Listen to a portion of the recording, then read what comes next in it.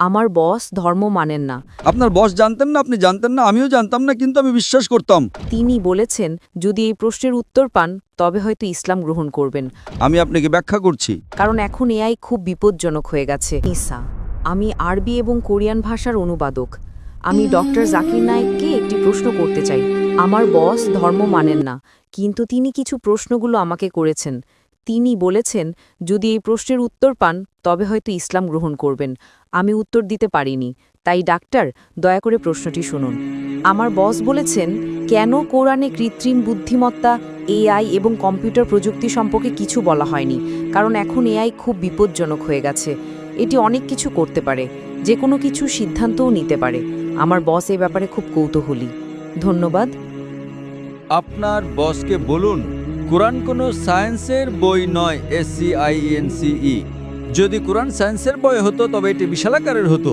এই যে ভবনটি দেখছেন এর ভেতরে যত বই রাখা সম্ভব সব বই মিলেও এর সমান হতো না। যদি কোরআন বিজ্ঞানের বই হতো আর এতে সব বৈজ্ঞানিক তথ্য উল্লেখ করা থাকতো, তাহলে কোরআন এতটা বিশাল হয়ে যেত যে আপনি কোনোদিনও তা পড়ে শেষ করতে পারতেন না। আপনি কি বুঝতে পারছেন? হ্যাঁ ডক্টর। কোরআন কোনো সায়েন্সের বই নয়।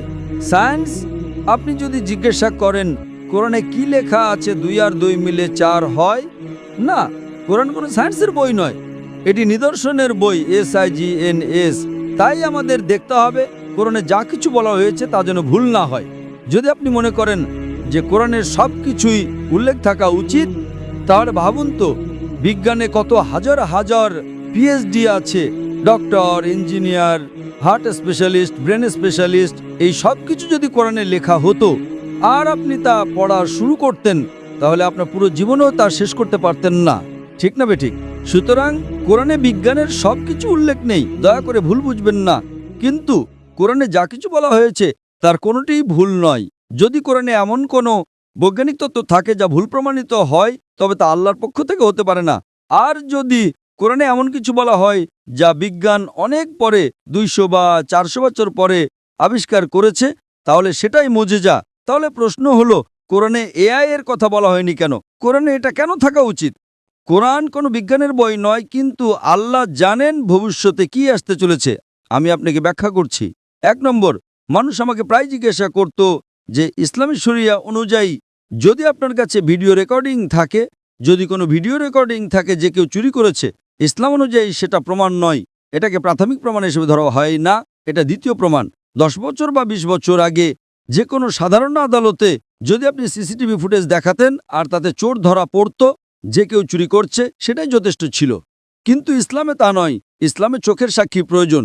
তখন মানুষ অবাক হয়ে বলতো এটা কেমন ধর্ম? কোনটা বেশি নির্ভরযোগ্য, প্রত্যক্ষদর্শী নাকি ভিডিও রেকর্ডিং? কোনটা ভালো, ভিডিও রেকর্ডিং ঠিক না ভুল? আপনার বসকে জিজ্ঞাসা করুন। সুতরাং 20 বছর আগে যদি আপনার কাছে ভিডিও রেকর্ডিং থাকতো, তবে তা ইসলামের চেয়ে সুবিধাজনক না।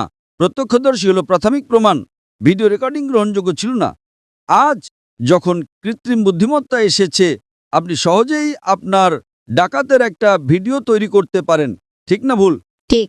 সুতরাং এখন মানুষ জেগে উঠেছে। আজ এটি প্রাথমিক প্রমাণ নয়, তাই ইসলাম অনেক উন্নত। আল্লাহ জানতেন AI আসতে চলেছে। আপনি কি বুঝতে পারছেন? হ্যাঁ। আপনার বস জানতেন না, আপনি জানতেন না, আমিও জানতাম না, কিন্তু আমি বিশ্বাস করতাম।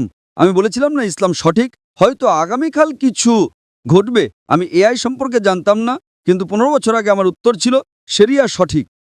আমরা জানি না আগামীকাল এমন কিছু ঘটবে যে ভিডিও রেকর্ডিং যথেষ্ট প্রমাণ হবে না। এটাই ছিল আমার উত্তর, এবং আজ আমার উত্তর সঠিক। আপনি কি বুঝতে পারছেন? সুতরাং আল্লাহ AI সম্পর্কে জানেন, তাই ভিডিও রেকর্ডিং প্রাথমিক প্রমাণময়। আপনি কি বুঝতে পারছেন? হ্যাঁ। কিন্তু প্রত্যক্ষদর্শী হলো প্রাথমিক প্রমাণ। সুতরাং আল্লাহ AI সম্পর্কে জানেন। যদি তিনি সবকিছু লিখতে শুরু করেন, আপনি ছোট কোরআনই পড়েননি, আপনি চিকিৎসা, ভ্রণতত্ত্ব সবকিছু সম্পর্কে কি পড়বেন? না, এটি টেলিগ্রাফিক মেসেজ। সুতরাং এটি ঈশ্বরের পক্ষ থেকে নয়, তা প্রমাণ করার জন্য আপনাকে ভুল খুঁজে বের করতে হবে।